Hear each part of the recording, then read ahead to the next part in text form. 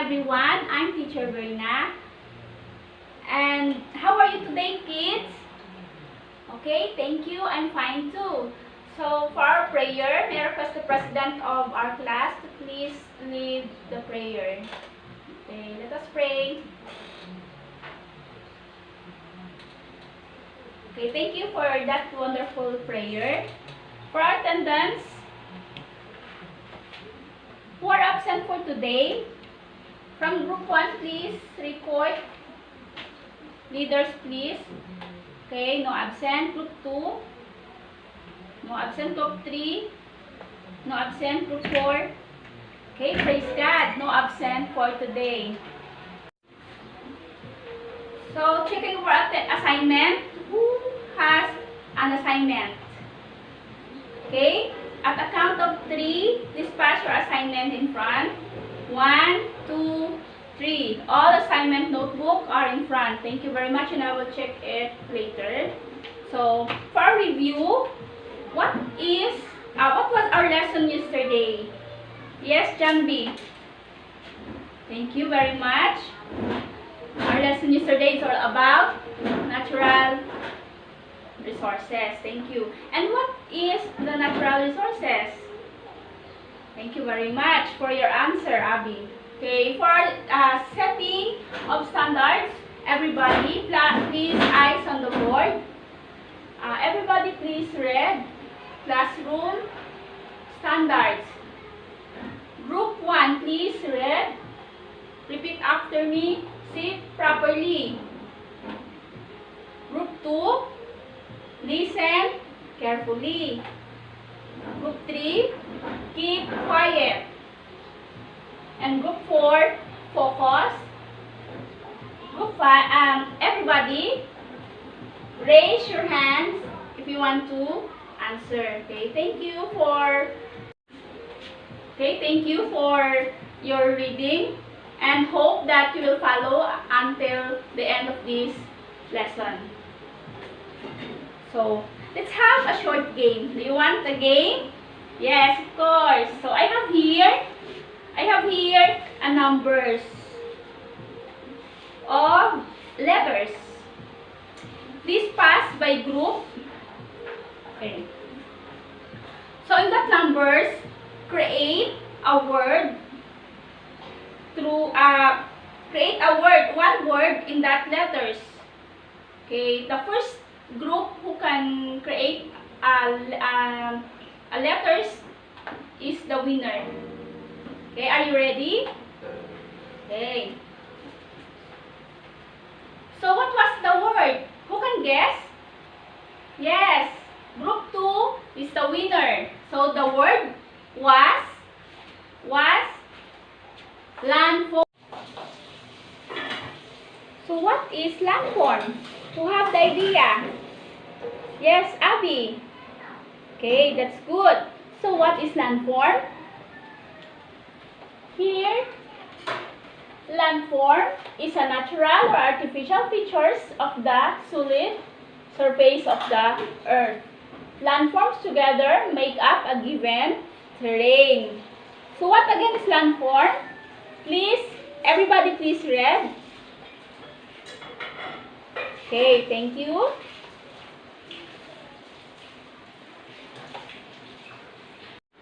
Our objectives of the lesson for today is first, define what is landforms.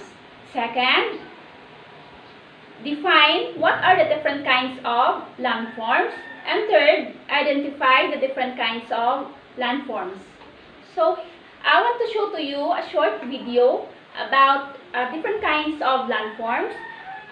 And I invite everybody to please listen carefully, because after the short video, I will ask you about what you have watched. Hello friends, today we'll learn about types of landforms. But before jumping on to the topic, let me tell you what a landform is. Let's go, buddy. See, land is not plain. It has many different forms known as landforms. Each type of landform is defined by its shape, size, location, and what it's made of. Erosion by wind and water can wear down land and form landforms like canyons and valleys. Guys, look at this carefully. Tectonic plate movement under the Earth's surface can create landforms by pushing up mountains and hills. The different major landforms are mountains, hills, valleys, desert, plains, and plateaus. Let's learn about them one by one. Mountains. These are landforms higher than the surrounding areas. They're formed due to the tectonic movements, earthquakes, volcanic eruptions, and erosion of the surrounding area caused due to wind, ice, and water. There are mainly three types of mountains. Fold mountains. The Himalaya was built like this. Fault block mountains. Example include the Sierra Nevada mountains. And dome mountains. Black Hills of South Dakota is an example of dome mountain. Hills. Hills are lower than mountains but are higher than their surrounding areas. Hills occur on every continent in a variety of environments. They're usually covered with grass and make perfect tourist destinations. Valleys. Valleys are low-lying areas of land between hills and mountains that are formed due to the actions of rivers and glaciers over millions of years. They're classified as V-shaped valleys and U-shaped valleys. V-shaped valleys are formed by the flowing rivers. The U-shaped valleys are formed due to glaciers. Desert. A desert landform is a place that gets little to no rain. The climate can be either hot or cold, and sometimes both. It seems the camel is thirsty. Each desert landform has one thing in common. It has less than 10 inches of rain per year. Generally, deserts have a lot of wind because they're flat and have no or less vegetation to block out the wind. Plains. Plains are flat or the low relief areas on the surface of the earth. It might be formed as a result of the sedimentation of eroded soil from the top of the hills and mountains. Or might be due to flowing lava deposited by the agents of wind, water, and ice. Plateaus. Plateaus are flat highlands that are detached or separated from the surroundings due to steep slopes. They're formed by collisions of tectonic plates and magma action that causes the elevation in Earth's crust. For example, the Indus Valley civilization that came up near the river Indus. Now you know a lot about various forms of landforms. Stay tuned for the next video. Bye-bye. Okay, thank you very much for your very good answer. So, you learned about the video. It tells about the different kinds of landforms and its description. So here, these eyes on the board, I have here the types of landforms. And the other side is the description. Okay, so who can guess the number one? Group 1, please read. Everybody, group 1, please. They usually have steep, sloping sides and sharp or rounded ridges and a high point called a peak or summit. So, what do you think it is? Yes, very good. It's mountain. It's mountain. Yeah, group 2. Everybody from group 2, please read. It is a low-lying area between two taller landforms such as mountains or hills. So what do you think it is? Yes, very good. It is valley.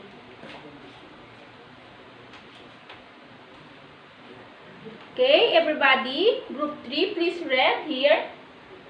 It is a land that is raised at sloping sides.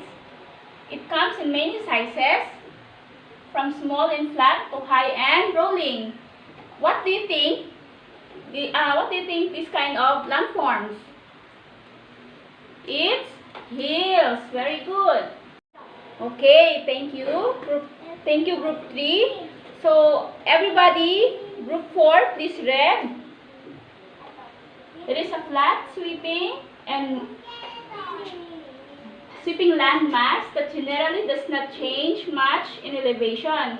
It occurs as lowlands, along valleys, or on the doorsteps of mountains. So what do you think this kind of landform? It is?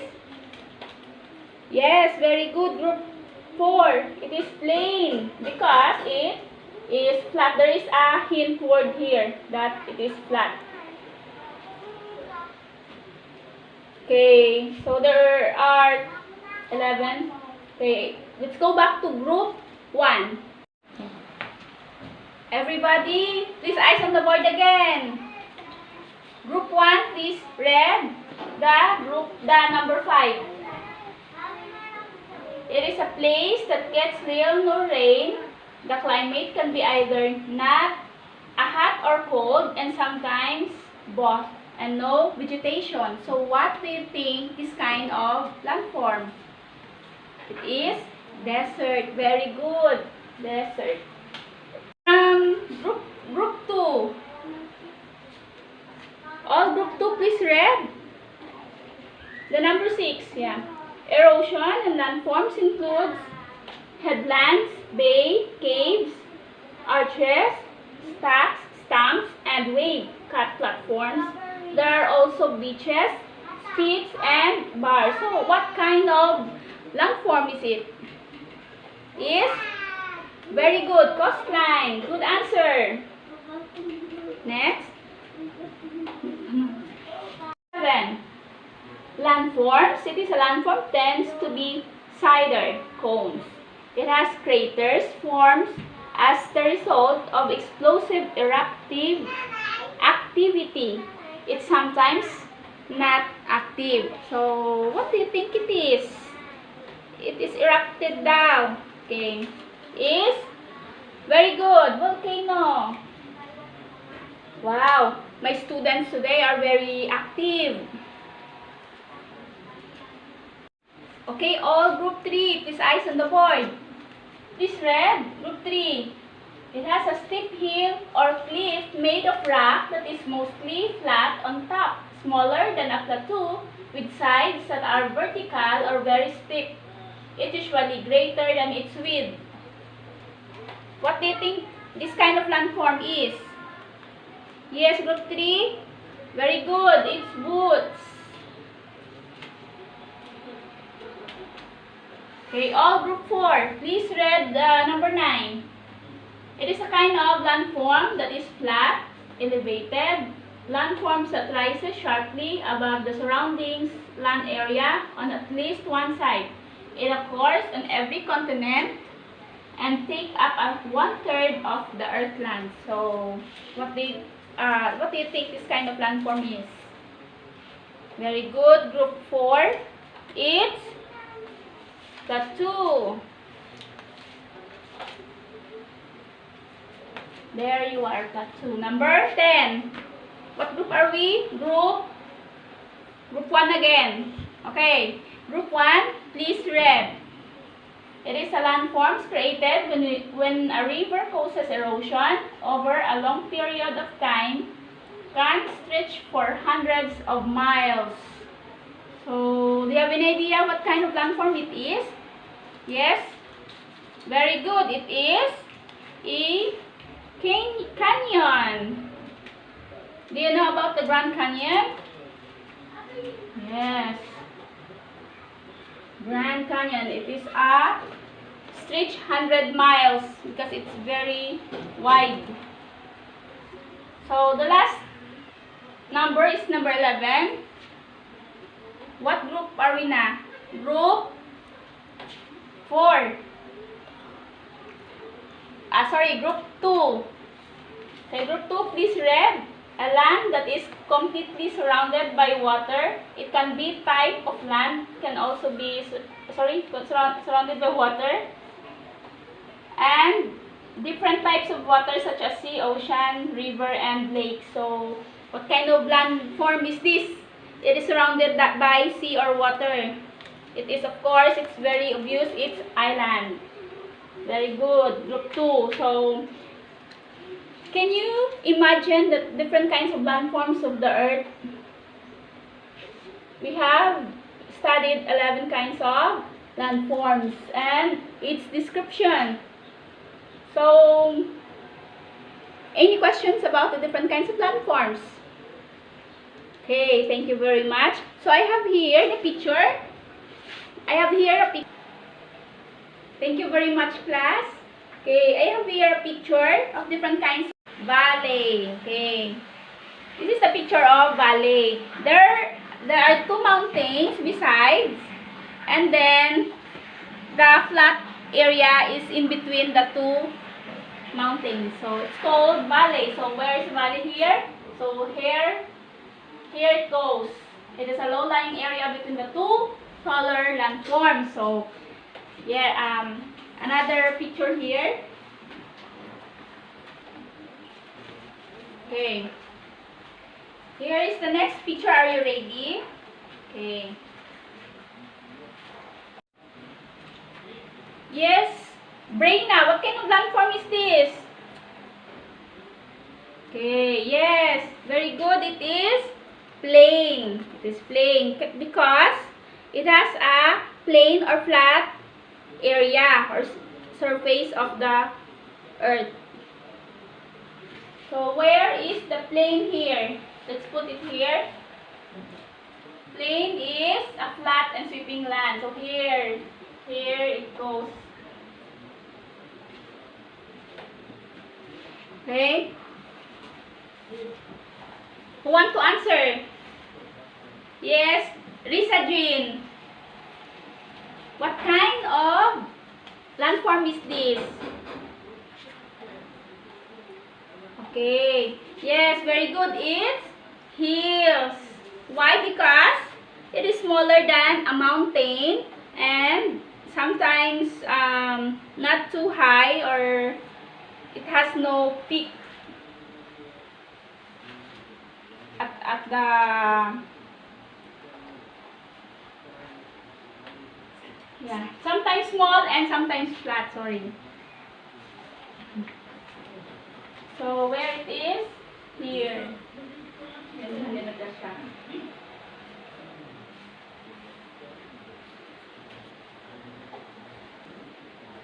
Sino ko tawagin ko? Si? Okay, next picture. What kind of landform it is? Yes, Len. Okay. It is mountain. Very good. It is mountain because it has peak and it is very high, or it has a very high height. Next. What kind of landform it is? JR. What kind of landform it is? Okay. So, as you can see, it is very dry and no vegetation on it. So, and maybe it has no rain or sometimes no rain at all. So, it is desert. Very good. Very good, class. You are very active and well participated on this subject in our class. Desert. Okay, there you go. Next. Kind of landform it is. Okay, it's very obvious. It's erupted. Okay, so yes, John Bernard, very good. It's volcano. See, it's volcano. There is volcano in here. Landform, then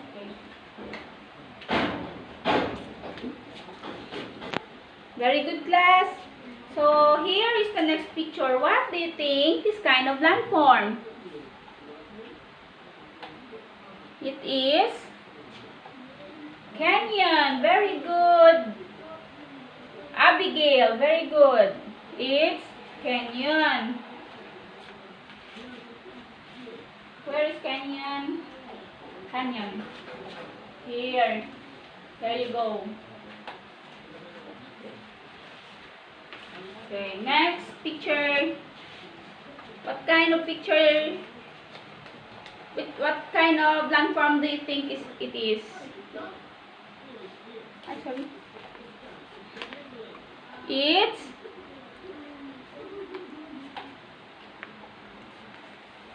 what? Islands. Very good. It's island because it is surrounded by water. Next picture I have here. Yes, Beverly, what kind of landform is this? I'm sorry. You see? It looks like an island. It's coastline. Yes, it's coastline. Because of the soil erosion that the land forms and the wave forms beside the bay, the seashore. Next picture. What kind of landform is this? Do you have any idea what kind of landform it is? It's plateau. Why? Because it has a flat area, just like a canyon, but it is bigger than canyon. Very good. Last picture we have. Okay, well done, class. This is the last picture. What do you think this kind of landform is? Yes, Fermin. This is very good. Good. This is smaller than plateau. So, eyes on the board, everybody. Let's review what we have discussed. Let's review what we have discussed. And everybody please read again.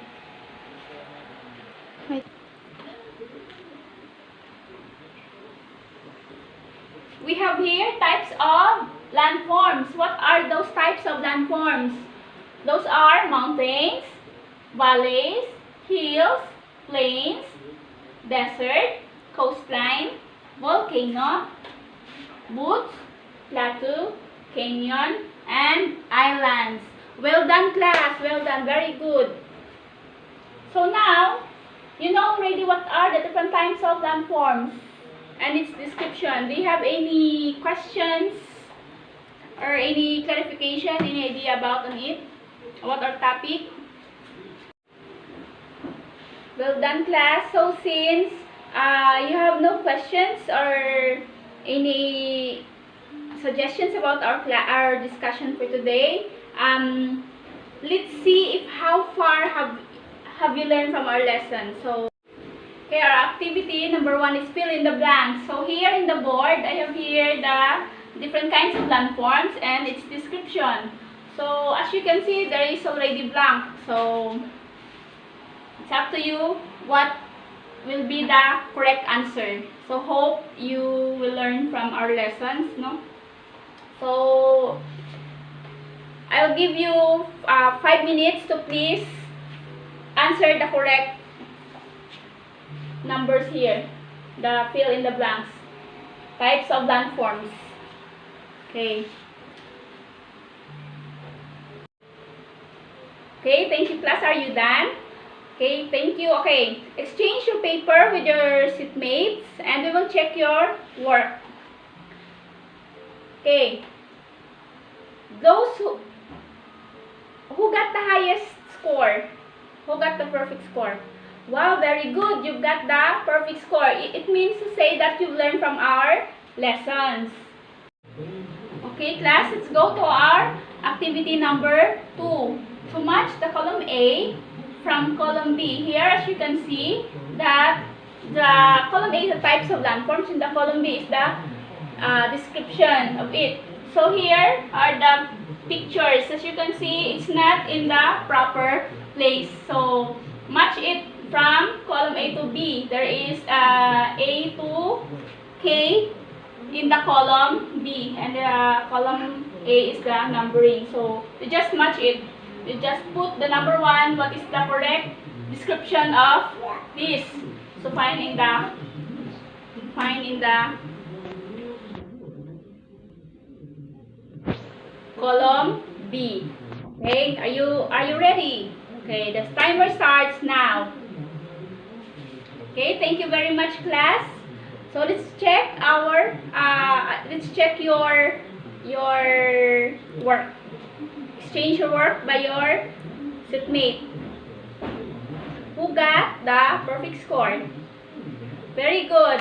Everybody got the perfect score. So it means to say that you've learned from our lesson. So again, class, what was our lesson for today? Yes, Abigail. Very good. Our lesson is all about types of landforms and its description. So what are the types of landforms, John Bernard? Very good. The different kinds of landforms are, please enumerate it. Very good. It's mountains, plateau, plains, desert, hills, volcanoes, canyon, buttes, islands, valley, and plateau. Very good. So, is there any questions about our lesson? Okay, thank you very much, class. None so far. So, here, what does the Bible say about in Genesis 1 verse 1 to 2? Everybody please read. In the beginning, God created heaven and the earth was without form and void, and the darkness was upon the face of the deep, and the Spirit of God moved upon the face of the water. Who has idea about our verse? Yes, Risa Jean. Very good. The Bible says about the creation of the earth from the beginning. So the landforms was made by our Creator, our God. So thanks be to God, He made all these things beautiful and with great purpose. So God is only the creator of all these things in this earth, including all the landforms that we have studied a while ago. Thank you very much, class. So, okay, class, for our evaluation, encircle the letter of the correct answer. It's 1 to 5 questions.